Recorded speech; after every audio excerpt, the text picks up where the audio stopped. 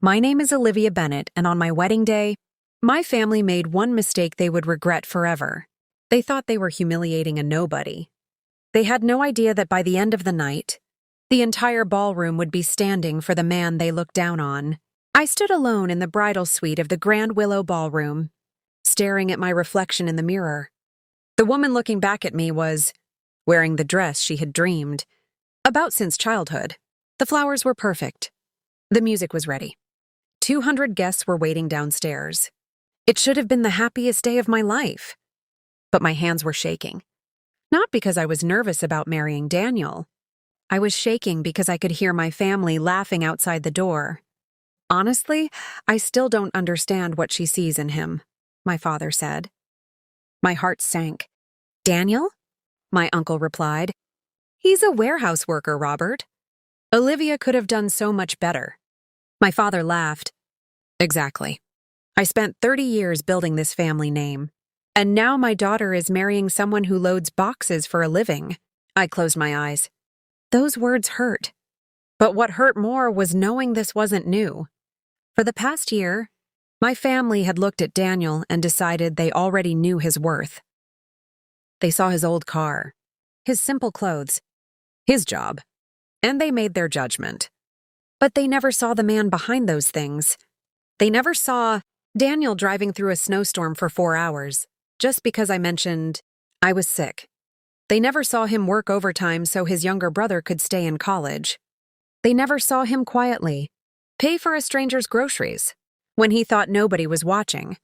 My family looked at his paycheck and decided they knew his value. I looked at his character, and I knew they were wrong. A knock suddenly interrupted my thoughts. Before I could answer, my father opened the door and walked inside. He didn't smile. He didn't congratulate me. He just stood there with disappointment in his eyes. Olivia, he said coldly, we need to talk before you walk down that aisle. I felt my stomach tighten, because something in his expression told me this wasn't a father giving his daughter advice. This was a man about to break her heart. And what he said next would leave me walking toward my wedding alone. While everyone downstairs watched, my father stepped closer and folded his arms. I'll make this simple, he said. I'm not walking you down the aisle. For a second, I thought he was joking. Dad, please. I'm serious. His voice was cold. I refuse to stand in front of 200 people and pretend. I'm proud of this marriage. You chose a warehouse worker over the future we wanted for you. I felt tears burning my eyes. You've never even tried to know Daniel, I whispered. I know enough, he replied. A man with ambition doesn't spend his life loading trucks. I took a slow breath. No, you only know his job. You never cared enough to know his character. He shook his head. When those ballroom doors open, you'll walk down that aisle by yourself. Without another word, he turned and walked away. A few seconds later, the wedding coordinator stepped into the room. Her eyes were filled with sympathy. Olivia, if you'd like, someone else could walk you down the aisle. I wiped away my tears. No. She hesitated before opening the doors. There's one more thing, she whispered. A group of people just arrived asking for Daniel. I frowned. Who are they? I asked the same question. What did they say? She glanced toward the ballroom. They smiled and said he spent years standing up for us. Today, we're here to stand up for him. My heart skipped a beat. Daniel had never mentioned anyone was coming. For the first time that morning, I wasn't just heartbroken. I was deeply confused. Before I could ask another question, the music began. The ballroom doors slowly opened. 200 guests turned to look at me. Their whispers filled the room as they realized I was walking alone. I ignored every stare. My eyes found Daniel waiting at the altar. The moment he saw me without my father, the smile disappeared from his face. He took one step forward, ready to meet me halfway. Then, just as I reached the middle of the aisle, the ballroom doors behind me opened again. Every conversation died in an instant, as nearly 30 employees walked into the ballroom. Men and women dressed in matching charcoal gray business attire entered quietly, forming 2 straight lines along both sides of the aisle. They weren't smiling. They were there for one reason. The ballroom buzzed with whispers. Who are they? Do they know Daniel? My father frowned. What is this? He muttered. An older gentleman with silver hair stepped forward. He stopped beside my father. "My name is Desmond Hayes, Regional Operations Director for Crestline Logistics." I looked at Daniel. His eyes widened. He looked genuinely stunned. He hadn't invited them. Desmond faced my father. "A few moments ago, I heard you call Daniel a nobody because he works in one of our warehouses." "I told the truth," my father replied. Desmond nodded calmly.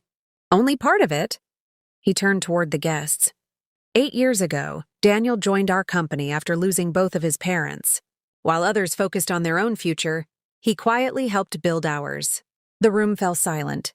When one of our largest distribution centers was about to close, Daniel spent weeks studying every step of the operation after his shifts ended. His recommendations improved efficiency, protected more than 400 jobs, and gave hundreds of families another chance. A wave of whispers spread across the ballroom. My uncle slowly lowered his eyes. My mother covered her mouth. For the first time all day, my father's confident expression disappeared. He swallowed hard but said nothing. Desmond smiled at Daniel. "Do you know what he said when we thanked him?" Daniel looked embarrassed. "I was just doing my job," he said quietly. I couldn't let good people lose theirs. Several employees smiled through tears. Desmond looked around the ballroom. "That's exactly who Daniel is. And that's why every one of us came to stand beside the man who has spent years standing for everyone else." For a heartbeat, no one moved. The ballroom was completely silent. Then, one of the employees slowly raised his hands and began to clap. Another joined him. Then another. Within seconds, every employee standing along the aisle was applauding Daniel, many of them wiping away tears. Daniel lowered his head. "You really didn't have to do this," he whispered. Desmond smiled. "We're only returning a small part of what you've given us." A woman sitting in the front row stood up. She clapped. Then an elderly couple beside her rose to their feet. A bridesmaid stood. Then another guest.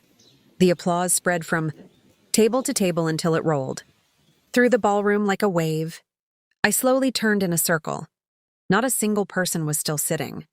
The entire ballroom, every guest, every employee, every friend, was standing for the man my family had called a nobody. Only my father remained seated. The room grew quiet again as every eye turned toward him. He stared at Daniel for several long seconds. The pride on his face was gone. Slowly he stood.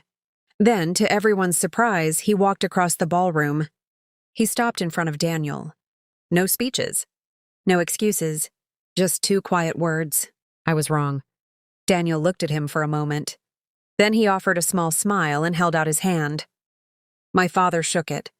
For the first time in years, he saw Daniel for who he truly was.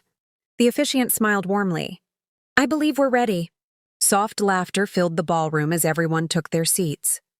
A few minutes later, Daniel and I exchanged our vows. When he slipped the ring onto my finger, I realized something no title or paycheck could ever measure. True worth isn't found in the work someone does. It's found in the lives they quietly change.